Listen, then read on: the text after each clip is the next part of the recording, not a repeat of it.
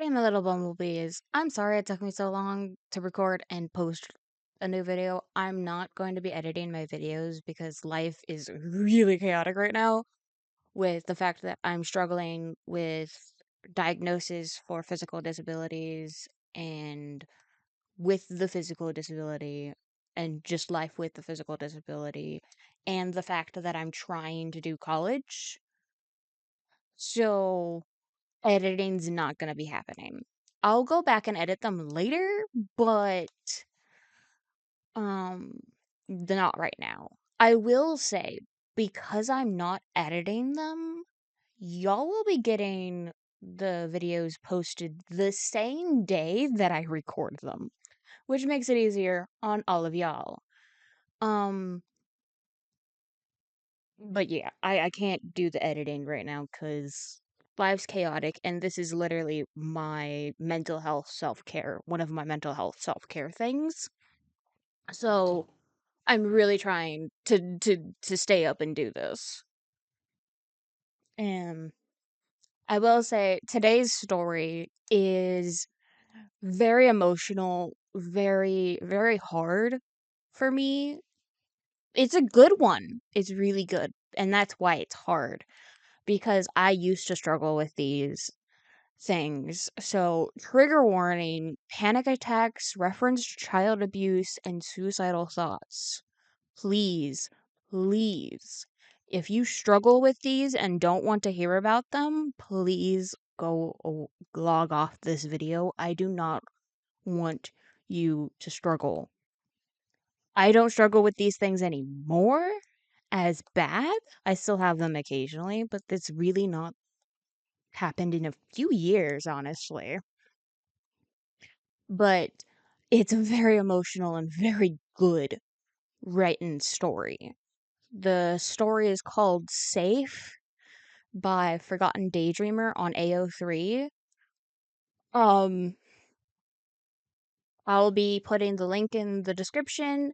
I will also be posting a link from to this on my AO3 as well as um as well as uh the link to the permissions that I got, and I will also be showing those after I finish reading.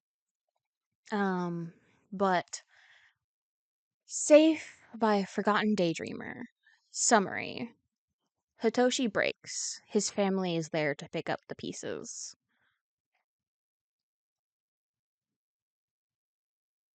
Has barely hanging on to life by a thread in the past week, consistently jumpy and tired and afraid, so scared. Sleep never comes easy.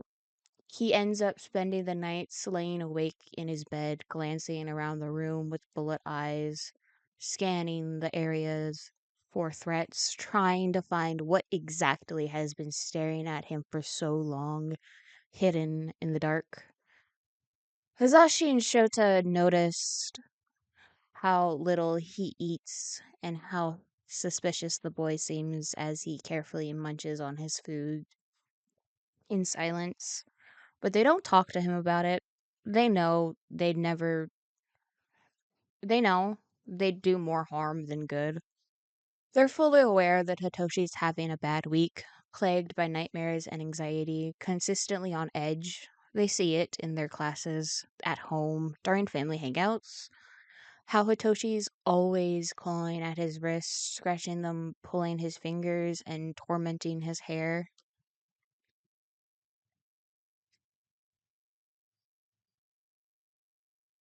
His father stop him when it gets too much for his own well being, but it's never a sudden, direct gesture. No, a hand casually rests on his shoulder or pats his head, or they call him and point out something that might take the boy's mind off whatever he's thinking about, whatever he's remembering. Deep down, he's grateful. Hitoshi knows that his parents only want what's best for him and care for him like nobody has ever done before, but he can't help but feel somewhat paranoid due to their eyes always on him, prying and scrutinizing, analyzing his behavior, watching his every little move as if he were someone not to be trusted. Eri is, to say the least, a blessing.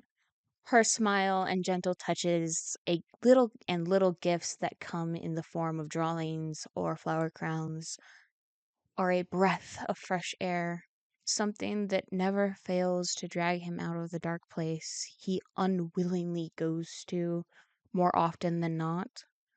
Until now, they're all sitting at dinner when Shota clears his throat, making Hitoshi glance up from his still full plate. He knows his fathers are going to ask him something. He knows he can't lie, but he should. Toshi, are you okay? Shota asked nonchalantly, so that Eri won't notice the tension. She does anyway, but Hisashi easily distracts her in a moment. The boy nods a curt, yeah. He holds the spoon in a death clutch, trying to block out the noise of the dishwasher humming in the background. Hisashi and Eri chuckles. They're not directed at him. He's fine. They're not laughing at him. Hitoshi's chest tightens, breath short, the need to run away and lock himself in his bedroom so strong. But if he does that now, they're gonna know. And he can't let them know because he knows there's no need to be alarmed. He's fine, but he isn't. Shota hums, unconvinced. You haven't been sleeping well. Or eating. Are you sure you're fine? It's okay if you're not. Just talk to us. I'm okay. Hatoshi's voice is barely a whisper now. He wants to slam his head against the wall and curse at his stupidity. He can't fool them. He can't fool anyone. He's just a kid. Just a little kid with no talent, with no future, with no hope. Have you been taking your meds? Shota asks, still eating, making sure that Hasashi's got Eri making sure that Hasashi's got distracting Eri covered. He does. The teen's heart leaps in his chest and he nods. He's not lying. He's been taking his meds daily, following the prescription. But they're not working because he's too broken. Too broken. However, he can't say that. It's a waste. It's always been a waste to care for him. The amount of money his fathers have spent on therapy and sleeping pills and anti anxiety meds are not something he'll ever be able to pay back. He doesn't have the heart nor the courage to tell them nothing works right anymore. Never has, probably. Maybe it's always been more the placebo effect. Maybe his fathers have been feeding him placebo pills all along. Maybe Hisashi and Shota hate him because they know that he's been faking it. That he's been capable of achieving peace of mind on his own all along without those expensive meds and doctors. He's a waste. A waste of money and space, that's what you are. A fucking villain. You pathetic excuse for a child. Go fucking starve and die if you deserve. Die if you despise our efforts to feed you so much. Hitoshi, kid, maybe you should go to bed. I can come with and stay until you fall asleep. Shota says, concern edging in his voice. If you're not hungry now, don't force yourself. We'll get you some tea and cookies later, if you want. Hitoshi shakes his head, eyes unblinking as he stares at the hand holding the spoon. No, he's not falling for that. He's not falling for that again. Eat your fucking food. Now. It took me time. It took me time to cook for you, and you repay me by not eating what I've made?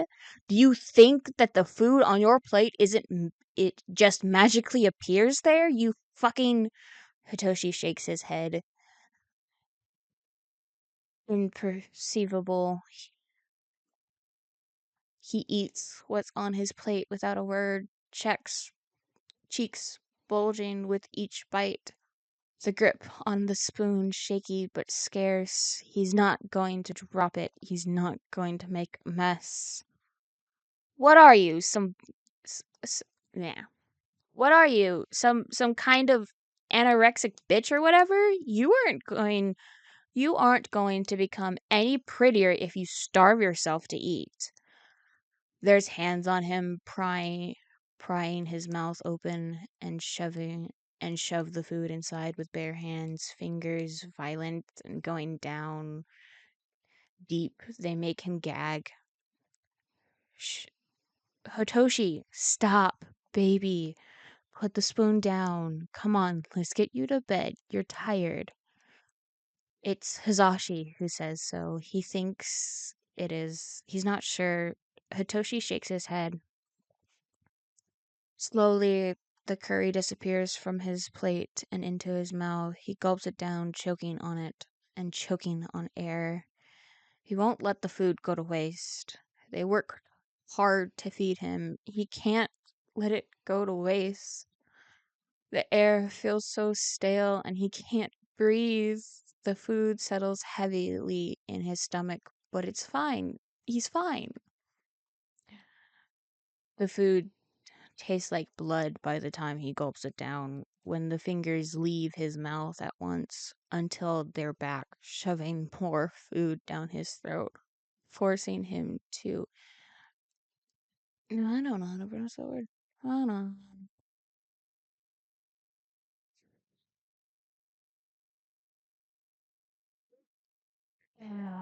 My dyslexia. Hold on. Ingurgitate? Yeah, that's ingurgitate. I'm gonna go back to the beginning of this paragraph. Until they're back, shoving more food down his throat, forcing him to ingurgitate his own bile that rises from his stomach, along with the food that's being forced fed down his esophagus. See, wasn't that so hard? I didn't raise a pussy, so stop acting so fucking dramatic all the time. He lets out a stifled gag. Now, Hizashi is staring at him behind the spectacles while Shota is talking to Eri about something he's not focused enough to understand. Hitoshi fills his head and offers a tiny fake smile. Yeah, Hitoshi lifts his head and offers a tiny fake smile. Hizashi can see right through him, and they both know so. The boy feels like he's going to hurl. Soon enough, dinner's over, and before Shota can convince him to go to bed, Hizashi's gathering the cutlery and dishes and placing them into the sink as he grabs a sponge. If he managed to distract himself, to tire himself out long enough to nod off, maybe, just maybe, he'll be able to rest for a while. It's barely 8, and he's painfully aware that he won't be able to shut down until 3 at least. Still, he's worked out and studied earlier today, and he feels dizzy and shaky as it is, so maybe he'll be granted the mercy to fall asleep early enough to catch maybe 4 hours of sleep before school.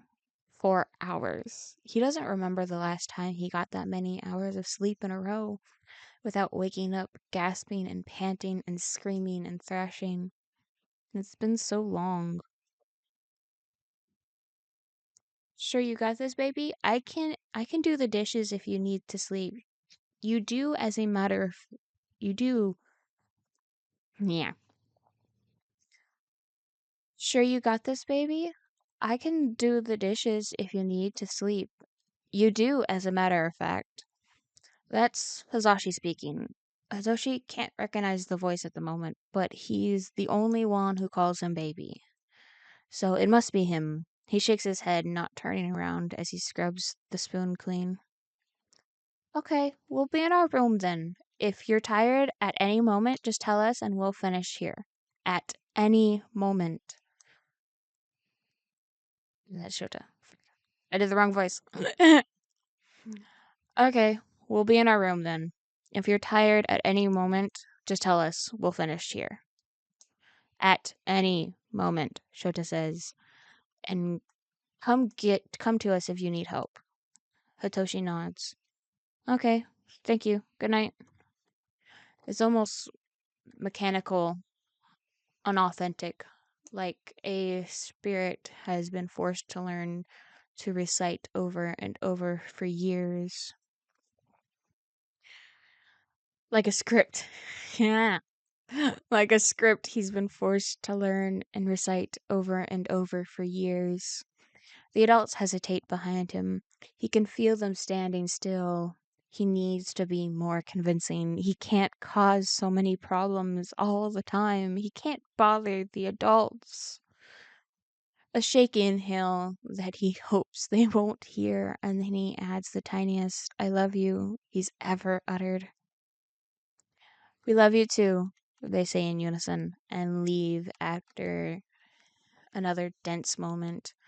And he'd been just a tiny bit had he been just a tiny bit more tired, he probably would have kicked Eri in fear and shock as she latches onto his leg pant. Big ruby eyes shining and looking up at him. Are you sad? She asks, naive. Hitoshi is willing to die to protect his sister, but right now he wishes she would just be quiet and leave him alone. The boy shakes his head, hoping to be convincing enough to fool a 6-year-old. He doesn't want to deal with her right now. He doesn't want to deal with anybody. He feels like shit for even feeling like that towards the people who care for him, but he can't. He doesn't have the strength, and God, oh God, he can't. He can't do this now. He's too tired. He's too afraid to harm her, to be bad. Eventually Aries' grip loosens and she trots away, but she doesn't leave the kitchen yet.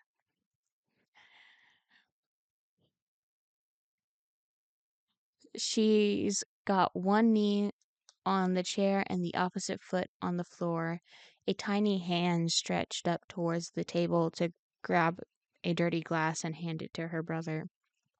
She wants to help. She wants to be a good kid. Hitoshi knows this too, but it's exactly when he hears the glass that shatters into a billion pieces that his breath hitches and his heart stops beating.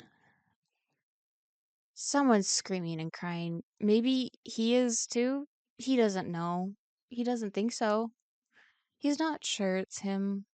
Hitoshi turns around, blind eyes scanning the room, and he calls a name that rolls awkwardly off his tongue.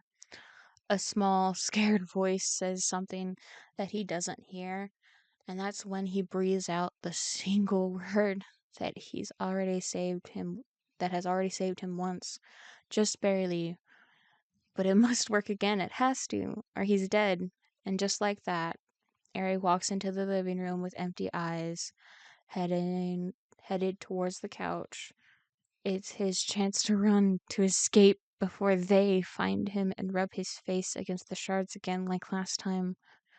They'll hold they'll hold his bloodied face with rough hands and muzzle him again, letting the skin scar over the shards and incorporate them just like last time, won't they?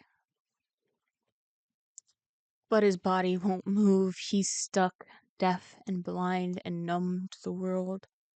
He slowly sinks to the floor and waits. It's too late anyway. They'll get here in any case at this point. Hazashi's making his way to the kitchen when he spots his daughter. Hey, little listener, what happened? Dad heard some noise and sent me here to check, the man chirps, smiling down. I mean, of course he did. He'd already taken off his hearing aids. Couldn't hear a thing. Of course he did. He did. I'd already taken off my hearing aids. Couldn't hear a thing, he clarifies, but she doesn't even glance at him, and that's enough to set Hazashi on edge.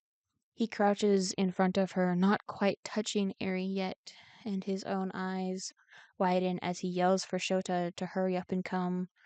Shota's. Oh shoot, what just happened?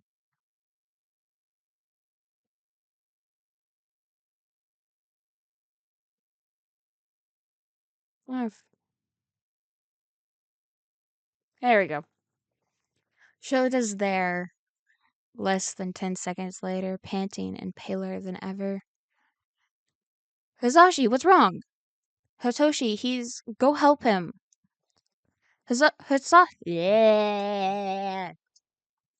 Hitoshi, he's. Go help him. The man with black hair glances at Eri for a split second before he bolts to the kitchen, barely seeing Hisashi cradle Eri in his arms and head to her room. The sight is not pretty, but Shota expected that, sadly. His Toshi's eyes are wide and distant, pupils pinpoint, and his lips are slightly agape as he mutters shapeless words into the void. He's pressed into the corner of the kitchen where the sink and the cooker form a 90-degree angle. The handles of the drawer dig painfully into Hitoshi's back and shoulders, but he doesn't seem to be aware of that. The boy's curled up, knees pressed to his chest, heaving chest, hands digging and pulling at his hair, fistfuls of it already on the ground below him. He's shivering and gasping like a fish out of water. Shota takes a deep breath and lowers himself to the ground a few steps back before he crawls on all fours towards his son. Dark hair hefts into the air, shiny red eyes staring at Hitoshi's, and he hears Eri's sob in the distance, indicating that she's back in control. Shota immediately releases his hold on the boy's quirk. He's dealt with panicking children before. Bakugo's never been the same since the Camino incident. He despises the name. That was no incident. It was a direct consequence of every UA teacher's negligence and incompetence, himself included. Todoroki has his fair share of panic attacks and dissociative episodes, and every day Shoto is reminded of how much he hates the system for not letting him beat Endeavor to a pulp without legal consequences. Kaminari, Kirishima, Ida, Matorio, all of his students constantly deal with that kind of problem, so Shota's no stranger to meltdowns, and he wishes that he could do more. He prays every night that one day he'll be able to do more for these kids, for all of the kids out there. And yet, when it's his own son who's having a violent crisis, he feels frozen, terrified, incapable of even lifting a finger, but he must. Shota takes a steadying breath before he musters the most firm yet kind voice, praying it to come out as non-threatening as humanly possible. Shota? Hitoshi, he calls.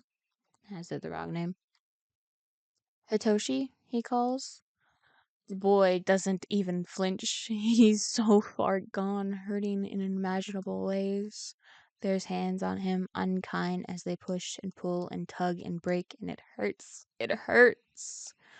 Hitoshi lets out on a guttural scream as he pulls his hair harder, heaving for oxygen and gagging uncontrollably. He throws his head back and bangs it against the hard furniture over and over and over until the blood trickles down his neck and back and stains his jacket. It's not much, but it's there. And Shota can't let Hitoshi hurt himself further. Hitoshi, kid, listen to me, he says, unheard over Hitoshi's raw screams. His hands itch to reach for Hitoshi, but they don't. Not yet. It's me, Shota. You're here with me, in the kitchen. You're Hitoshi, 16 years old, son of Yamada Hisashi and Shota Aizawa, brother of Eri. You're here with me. Don't think about anything else. But Hitoshi shakes his head. He cries and screams and kicks because he wants out. It hurts. It hurts where they kick him and slap him and punch him and slam him into the walls. His scalp burns after the nails dig into it and yank his hair. And he pleads because he's sorry. He's sorry for being so bad. Hitoshi? Shota calls again, trying not to let his own panic overwhelm him. It's Shota. It's me. It's Shota. It's just me. I'm not gonna hurt you. Hitoshi's sobbing, a mess of snot and tears trickle down his face as he presses himself further into the corner, trying to scramble far away from the unknown figure in front of him, pleading to be left alone, promising that he'll be better. I'm sorry. I'm sorry. I'm sorry. He's like a broken record, and Shota's gut feels tighter than ever.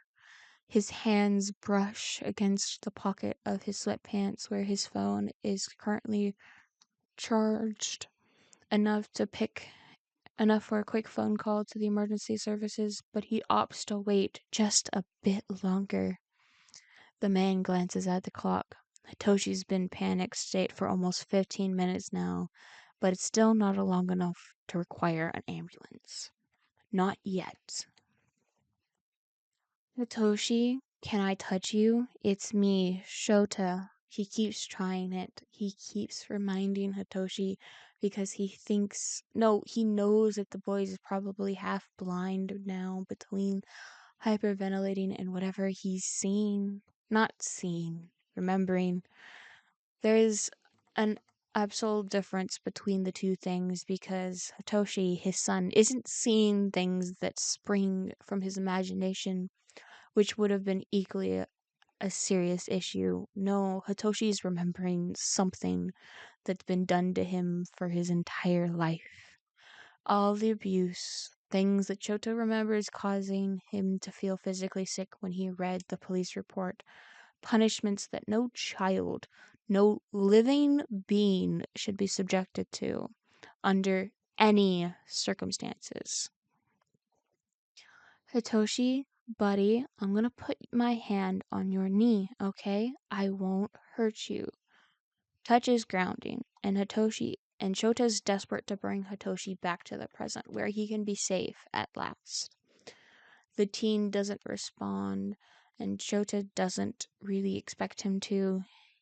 He lifts a hand in midair, trying not to make it look like a hand that wants to hit, but rather like a hand that wants to comfort, to caress.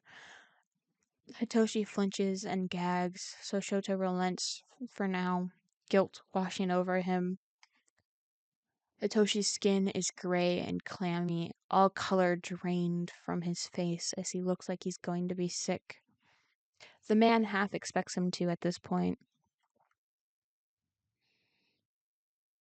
Mm.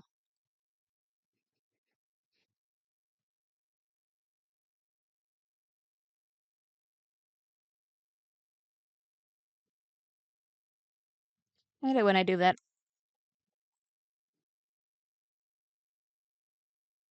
Nah, I lost my spot. There we go. I'm about here.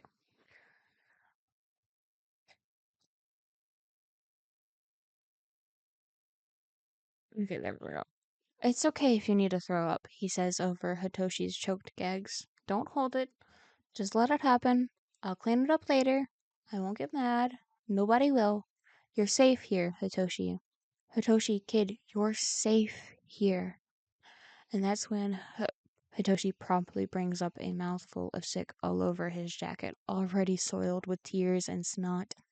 It's not much, and he stops after that, but the boys keep sputtering and heaving helplessly, his eyes vacant and bloodshot. He feels so bad, feels sick and gross and scared, and he wants to run. Hitoshi wants nothing more than to hide and cry and die already. It's exhausting and to constantly be on edge waiting for the other shoe to drop. waiting for someone from his past to come back and snatch the life he's fought so hard for from his cold little dead hands. He'd wished they killed him when they wanted to. He wishes he hadn't texted Aizawa Sensei that his biological parents wanted him gone for good, just for a moment before they actually tried to make their wish come true by charging at him with knives and fists raised up in the air. He should have kept quiet. He should have died that night.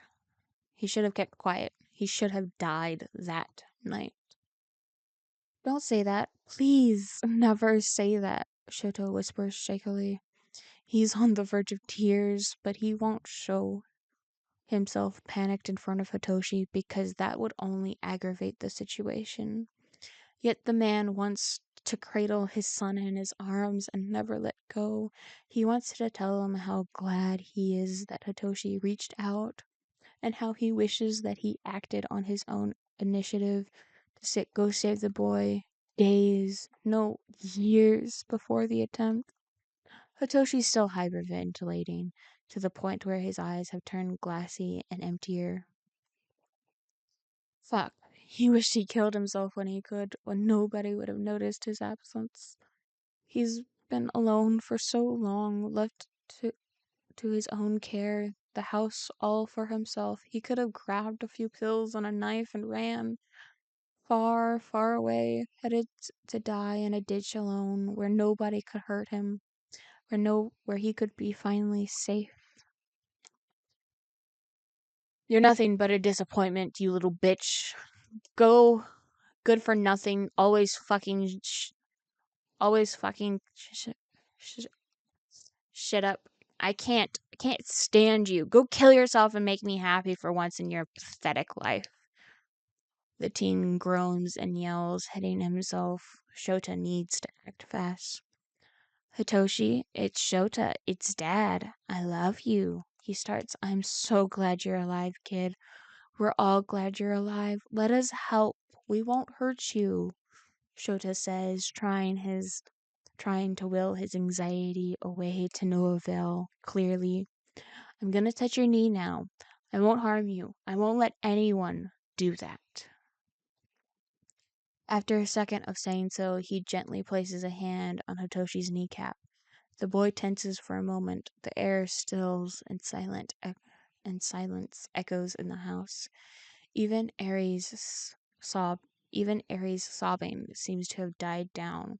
It doesn't last. Hitoshi's not breathing hard anymore. No, instead he lets out a blood-curdling scream, hands covering his face, scratching it, peeling the skin off despite the sharp nails. He shakes his head and thrashes and cries and curses at the hand, at the person in front of him, at the universe, at himself, because it hurts. It hurts so fucking much. He feels the touch as it burns and harms, like all the other touches he's ever felt in those 15 years of life. 15? He bangs his head again harder on purpose. He doesn't want to rest.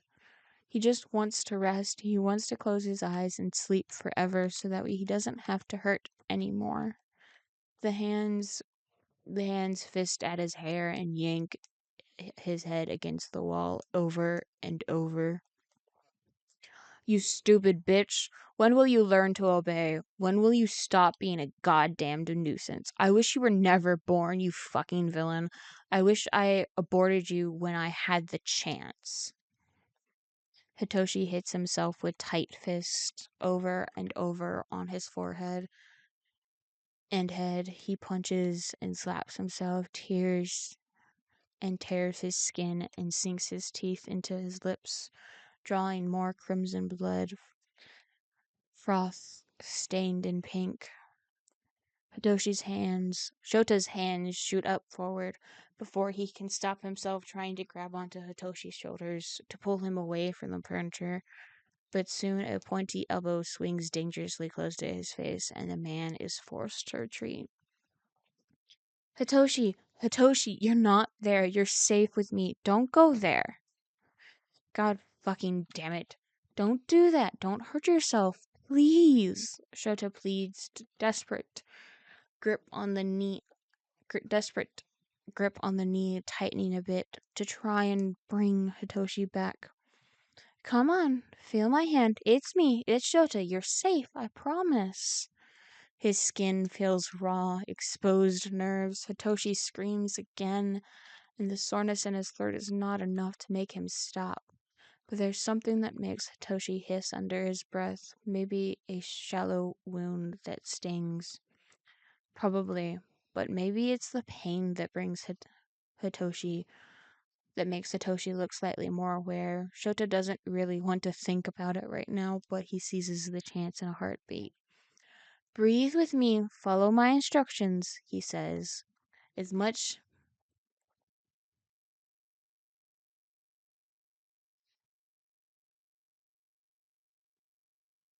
much as Shota despises the idea of controlling Hitoshi like this, a part of him egotistically and morally prays that Hitoshi will be somehow too afraid to disobey, and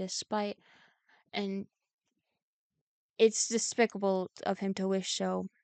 Shota's aware, but he needs this to work now. It's already been half an hour, and Hitoshi doesn't seem to be getting any better. He doesn't have a choice anymore. And it works. It works. Shota feels like he might cry. He probably will later. Okay, there you are, kiddo. We're gonna be alright. I promise. Just follow what I say and I do, Hitoshi. Hitoshi doesn't really seem like he's back, not even close to it, but there's a tiniest glint of awareness in his eyes, probably strung by utter terror, and Shota latches onto it desperately. Good, now can you take your jacket off? It's dirty and probably uncomfortable. I can help if you need me to, he says. Shota Shota's certain that the stench of half-digested curry isn't probably helping, but Hitoshi doesn't reply. He doesn't even blink. He's mostly shut down, eyelids twitching, despite the fact that the boy's eyes are still wide open, pupils looking close to rolling back entirely. The corners of his mouth are stained in vomit and froth. As Hitoshi inhales, shallow, rapid breaths, catching a little too often to be of any help. Shota warily extends his hand, watching for any signs of excessive fear, of discomfort.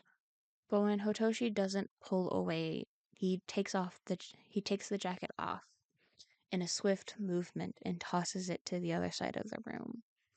After that, he gently takes Hitoshi's wrist into his hand, grip barely tight enough to hold it up, and forces the boy's palm flat against his Shota's chest.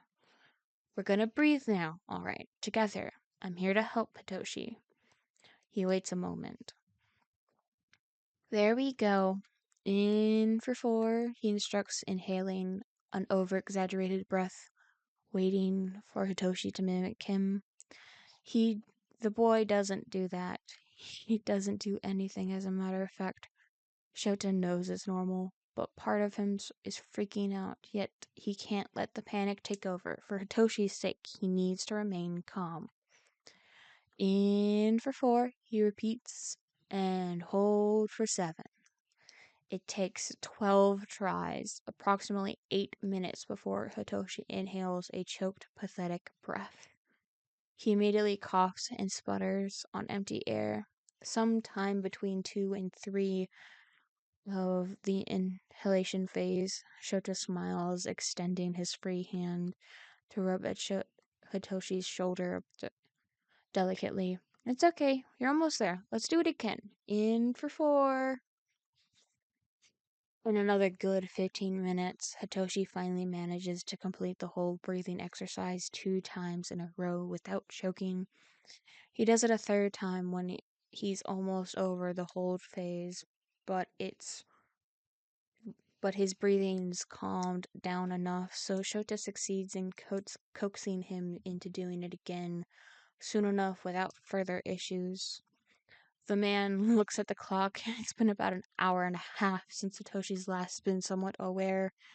Well, he doesn't look like he's going to pass out anymore. He's still banged his head hard enough to draw blood, and he's also vomited and struggled a lot, and Shota takes that into account. Hitoshi's not going to school tomorrow, nor the day after, and that's for sure. The boy slowly starts to uncurl from his position. His body aches and his head feels heavy, filled to the brim with lead. He's also trembling an awful lot. The apartment's warm, but the teen's shivering. Leaving him with just a t-shirt only isn't going to help. Just as Shota's about to text his husband to ask for something warm to cover Hitoshi, he sees the man peek inside the kitchen. Aries in her pajamas, hair brushed neatly. It was hers and Hazashi's little bedtime routine. It helps her with her anxiety. Bundled up in her blanket with her stuffed toy clutched to her chest, she's snoring lightly in Hazashi's secure hold. The neighbors offered to keep Ari until tomorrow morning to give us more space to work. They said they'll even take her to school if needed. I'm taking her to them now, Hazashi says, voice uncharacteristically low. Shoto waits to ask if Hazashi texted first, but his husband anticipated the question with a tired sigh. They heard screaming, so they texted me to see if we were okay. I mean, we warned them about the kids' nightmares and all, but I don't think they expected to hear Hitoshi, bloody murder at like 9 p.m. They were worried. The man with cor- corven hair sighs. Okay, I thank them for me too, please. How's Eri? Hizashi smiles. Oh, she's okay. I told her what happened, and since she's no stranger to these episodes, she understood. She thinks that Hitoshi has used his quirk. She thinks that Hitoshi has used his quirk on her to protect her from the stars. It's all good now. Shota exhales in relief. Shit, okay, thank goodness. Yeah, we're lucky. The other chuckles. He turns around to leave, but Shota's voice makes him stop. Oh, Hazashi, could you fetch Hitoshi's weighted blanket when you come back, please? He asks.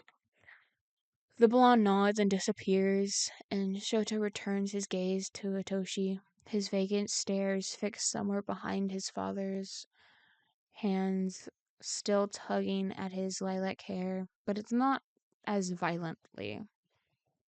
Hitoshi, bud, Shota calls out, are you with me? It's me, Shota. It's Dad.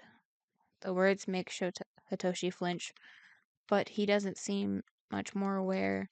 Shota knows that Hitoshi never had that monster that raised him dad. Never called that monster that raised him dad, but considering the reaction maybe he wanted to at some point. He sighs shakily, not defeated, worried, angry. Not at Hitoshi, no. At his biological parents. Those bastards that let the kid down and abused him for almost 16 years. The words has the world has failed him so badly at such a young age nonetheless. It makes the man's blood boil. You're here. It's okay. Papa's coming in a moment, and Ari's staying with the neighbors for the night. The cats are somewhere in the house. Nobody here will hurt you, Hitoshi. You're safe, he explained, calm as ever. Can you look at me, please? He doesn't, but distantly he hears him. Hitoshi desperately wants to clutch onto the lilac. Idyllic, there we go. Clutch onto the idyllic reality that he's not in danger. But he's continuously dragged back, yanked from this warm, safe place that the familiar figure offers, yet he can't even move. He feels floaty, distant, detached from what he's led to believe is reality. And it doesn't hurt anymore. Maybe it's worse. He can't feel. Hitoshi doesn't know if it's good or bad. He's too tired to think. Do you know where you are, Hitoshi? Shota asks, and the boy swallows, throat feeling raw and sour. He doesn't know. No. It's okay. Don't worry about it. You're home with Hazashi, who's your papa, Eri, who's your sister, and I, Shota, who's your dad. Oh, and the cats, Tama and Kobe. We live in Mustafa, not far from UA, where I and Papa teach, where you study. You're in class 2A now. The man's tone is calm as he explains. You're Hitoshi. You're 16 years and 4 months old. You've been living here for about half a year. Do you remember the first thing you said when you talked when you walked into the house? He waited for the response that didn't come. You said cats with the most neutral face ever. Pointing at Tama and Chobi, they immediately started to purr and rub themselves against your calves. Tama's a munchkin cat, and he's very round, hence the name.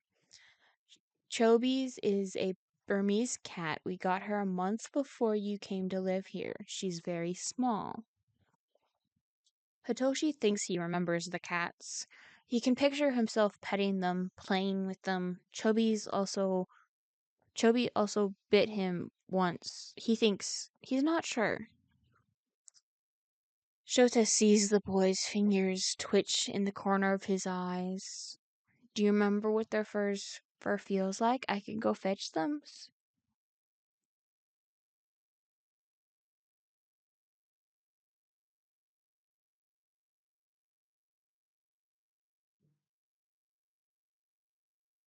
Mm,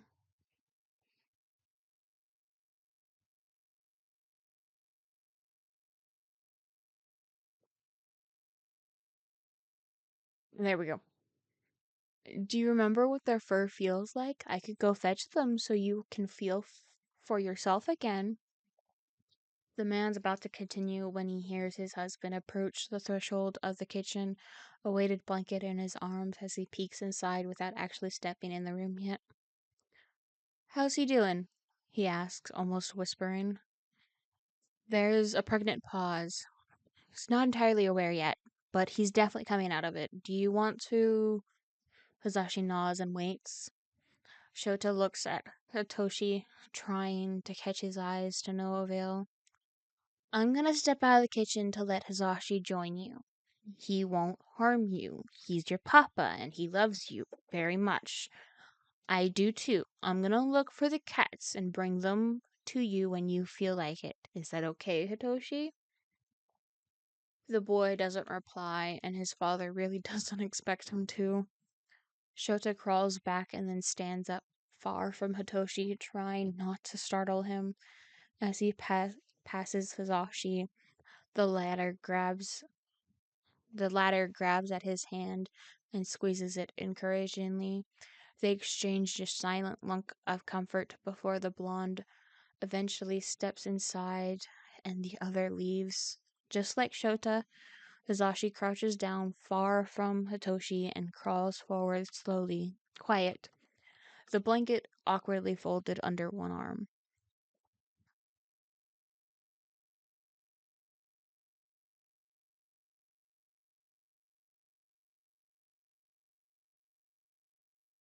Hitoshi baby, it's Papa. How are you feeling? He says once he's close enough. Nothing comes out of his son's mouth. He doesn't even shift. Hazashi's gaze softens. Got you a comfy blanket. Will you allow me to wrap it around your shoulders, please? I promise it'll make you feel better. It's a bit chilly without it, isn't it? He tries, but once again Hitoshi is silent, absent. All right. I'm gonna put this on you, and then you can tell me if it's too much or you want it off. I won't get mad. Nobody's mad at you, baby. Hizashi waits a moment for a response. Hitoshi doesn't even flinch nor blink. He just takes that as his cue to hurry and ground his son as soon as possible. The man takes the blanket and slowly eases it onto Hitoshi's shoulders. And that's when the trembling increases significantly. It's not just shivering anymore, no, it's full body tremors that wreck the teen's frame mercilessly as he almost convulses. He looks like he's having a seizure as he gasps and chokes on heavy breaths. Despite the somewhat gruesome sight, Hizashi can't help but smile. It's working, painfully so. There you go. Easy does it, he says, gentle. Can I hug you, Hitoshi? It's okay if you don't want to. Once again, he's met by a blank stare and a strangled, inaudible yelp as he gingerly scoots closer to his son. Then he extends his arms, wrapping them around Hitoshi like the most feather-light touch any human being is physically capable of. When Hitoshi doesn't pull away, but only shudders and jerks more violently, releasing the tension in his muscles and nerves and unloading the adrenaline, Hizashi tightens the hold slightly. He's pressing the boy up against his own body, a tear-stained face buried in Hizashi's shoulders, as the man swiftly but slowly, so slowly manages to put Hitoshi on his lap. The boy is now wrapped in a weighted blanket bundle, every inch of his body up to his neck covered by the warm blanket, cradled like a newborn in his father's arms. Hizashi rocks back and forth at a steadily calm pace, a hand on the back of Hitoshi's head to keep it against the shoulder. The other arm goes around the teen's body, hand pressed against the back to give support and comfort, patting above the blanket occasionally. It's a bit awkward hold, probably not meant for two people with only 6 centimeters so of a height difference, but it's grounding, and that's all that matters. Hitoshi still hasn't uttered anything except for a few soundless sobs and choked pleas with no real words to them. But Azashi can see the boy's eyes look definitely less dull, slightly more aware. Almost half an hour passes before Hitoshi gives the tiniest yet biggest hint of awareness since the beginning of the episode. He tilts his head back to clear the fog, to understand where he is. Arms around him are warm, hands delicate, and they don't hit, they don't harm. They cradle and pat and caress and care, and Hitoshi suddenly feels like crying.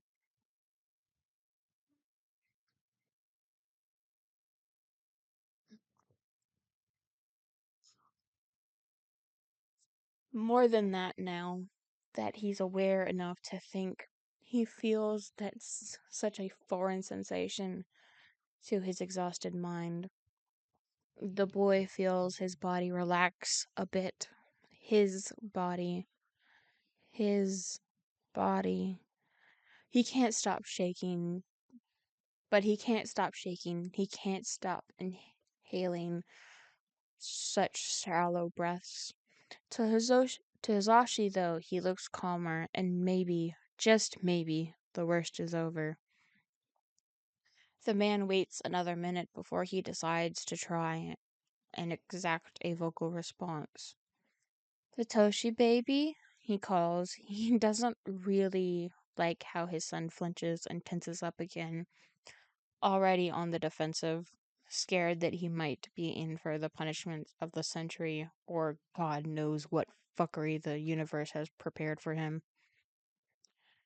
Hizashi really, really wishes that he could be granted 5 minutes alone with with the monsters who did this to their own, no, to his kid. But he knows that he needs to stay calm. He knows that Hitoshi can sense the tension in the air, and that's what triggered him in the first place after all. It's okay. I won't hurt you. Shota told you, right? That you're safe here? That nobody wants to harm you? He wasn't lying. I promise. You're safe. I won't let anyone get to you, baby. It's safe here. You're safe.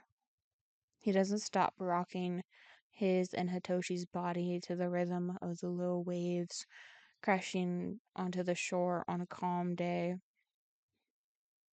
Do you know where you are now? It's fine if you don't. I'll help you. He asks. Hitoshi seems to be somewhat slightly aware of the voice talking him, but Hisashi can see how disorientated and uncertain and terrified the boy is. Of course he is, the man thinks, bitter. Of course he is. It's what he's been used to for ages, being punished for speaking, being abused for messed up, being hit for crying, being hated for literally only existing. Those are not circumstances that anyone can forget easily. You can speak, Hitoshi. Actually, it would be great to help if you did, but if you can't, you can sign yes or no. That's all I need to know, baby. Hisashi coaxes. Hitoshi opens his mouth, blinking heavily, trying not to cringe at the sour taste in his mouth. Has he thrown up? He doesn't remember. His head hurts. Mm, I. No.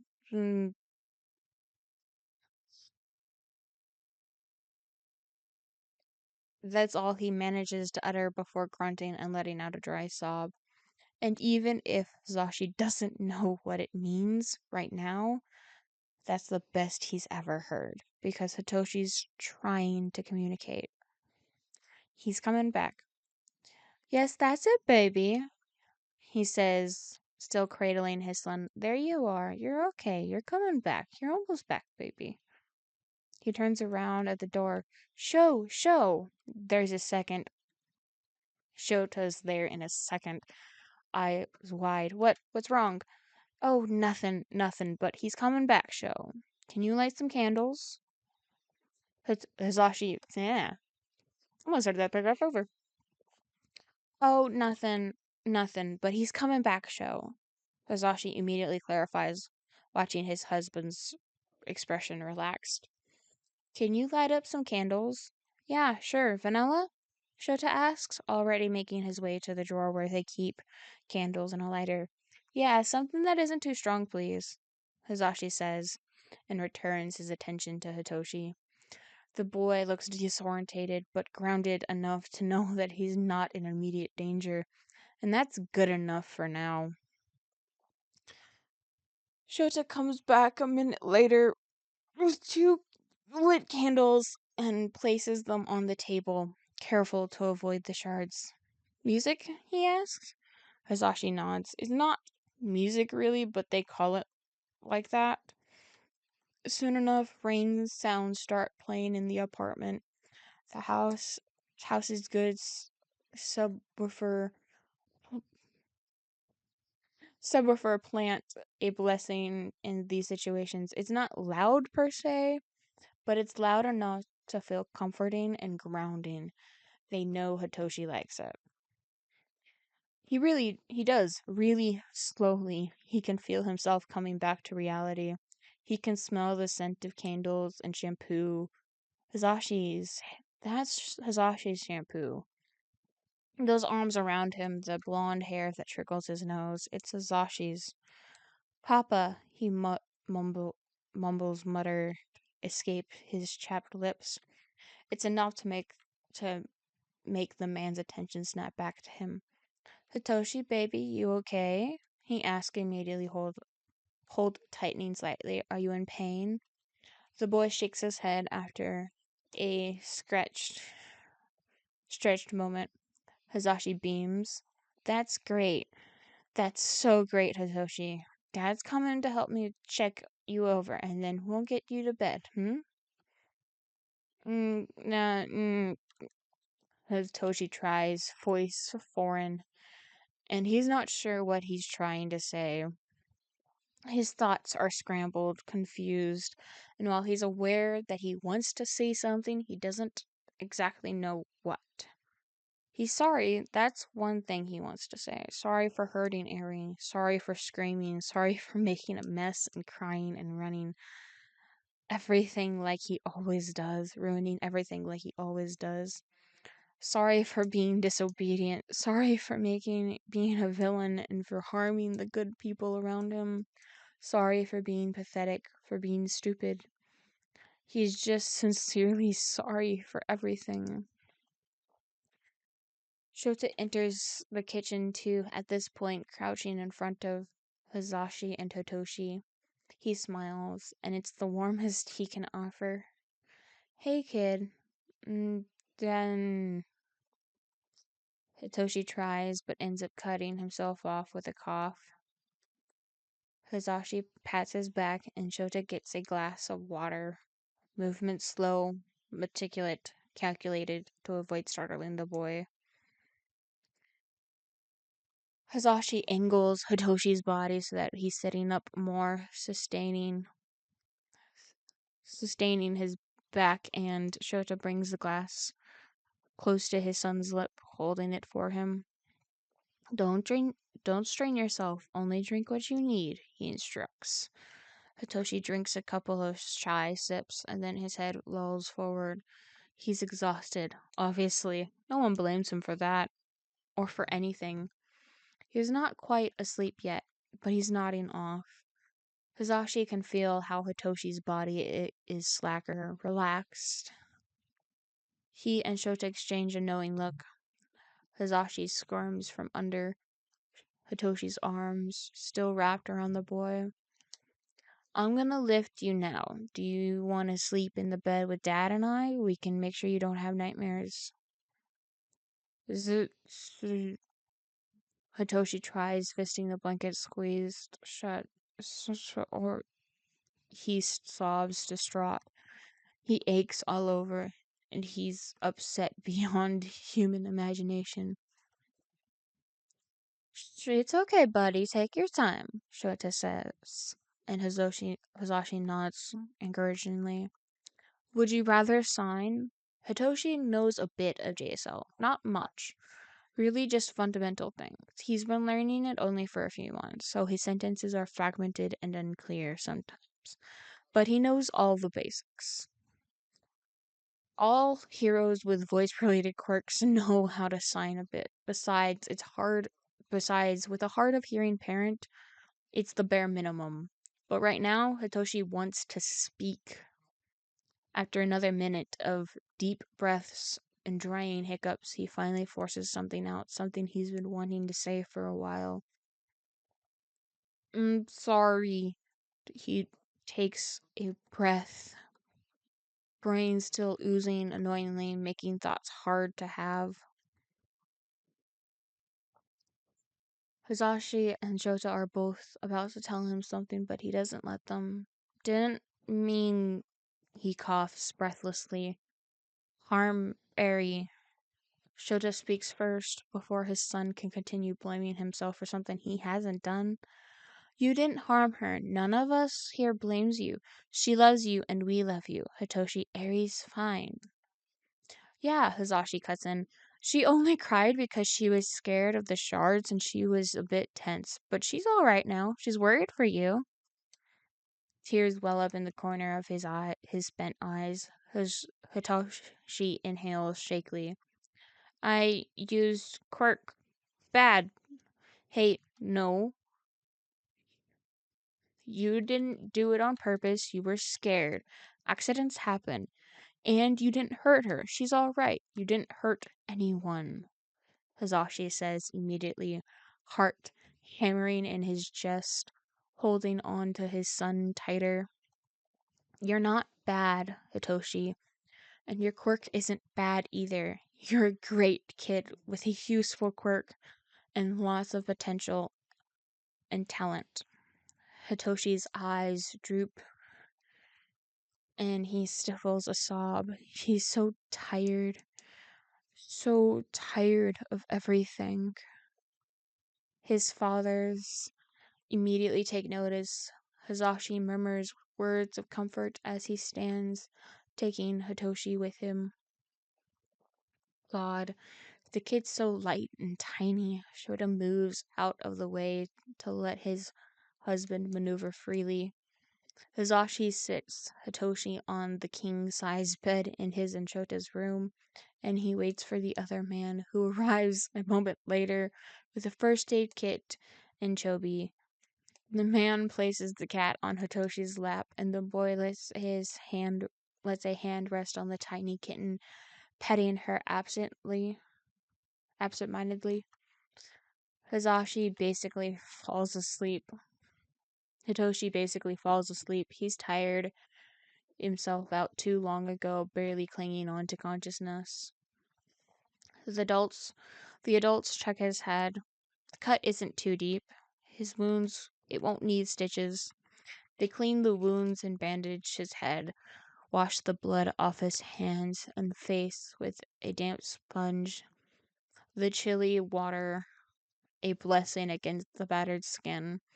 Getting Hitoshi out of the bloodied t-shirt and into a fresh one reveals every bruise and cut on his back and ribs from the handles in the kitchen. Mostly, they put lenitive cream on those and wait a moment before coaxing a semi-passed out Hitoshi into putting a clean shirt on with their aid.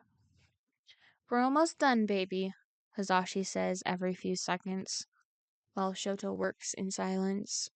It takes about 15 minutes between one thing and the other, and the voice hero offers his son a tiny pill and a glass of water.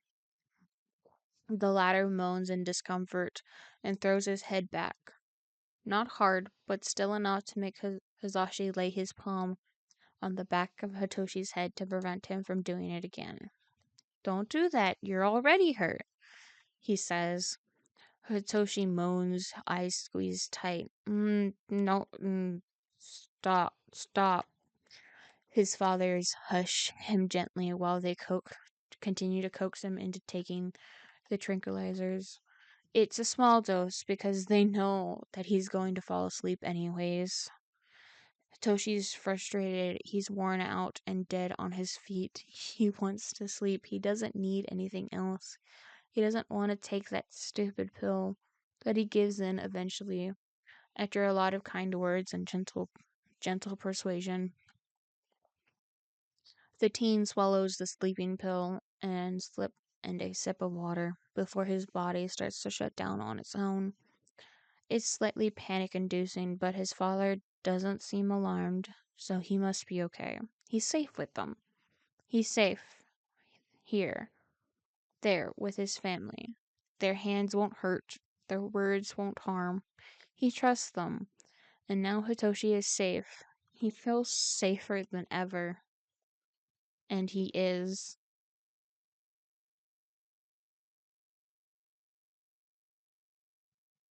Alrighty, that's the end of that. My throat hurts because I did that all in one take, for one. For two, I actually started crying because emotions. But it's a really good one. I highly recommend you go to click the link on the bottom in the description. And here's also my proof from Forgotten Daydreamer that I'm allowed to post this. I will never post something that I do not get permission for.